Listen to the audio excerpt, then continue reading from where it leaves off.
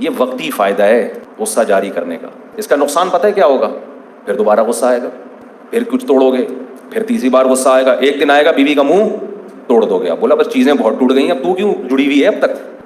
तो उसको ना अपने आप को रिलैक्स करने के लिए बार बार गुस्सा जारी करना पड़ेगा, आदी हो जाएगा। लेकिन जिसने गुस्से के कड़वे घूंट को पी लिया, वक्ती नुकसान भी होगा, हो सकता है ब्लड प्रेशर बहुत हाई हो जाए, हो सकता है नींद उड़ जाए, हो सकता है कुछ भी, ये वक्ती नुकसान है। आहिस्ता आहिस्ता गुस्सा बर्दाश्त करने की ताकत बढ़ेगी और फिर इंसान की आदत है, जो कुव्वत इस्तेमाल नहीं होती वो कुव्वत कमजोर पड़ना शुरू हो जाती। गुस्से की कुव्वत इस्तेमाल नहीं हो रही तो गुस्सा आहिस्ता आहिस्ता शॉर्ट होना शुरू हो जाएगा, गुस्सा मार्केट से शॉर्ट हो जाएगा, गुस्सा आना ही बंद हो जाएगा, फिर ये रिलैक्स होगा। आज क्या हो रहा है कि जो जरा सा मसला वो बर्दाश्त नहीं सिखाते, कभी उधर मार रहा है, कभी गालियां दे रहा है, कभी ये कर रहा है, कभी वो कर रहा है, कभी तलाकें निकाल रहा है, कभी किसी को पकड़ के कूट दिया, कभी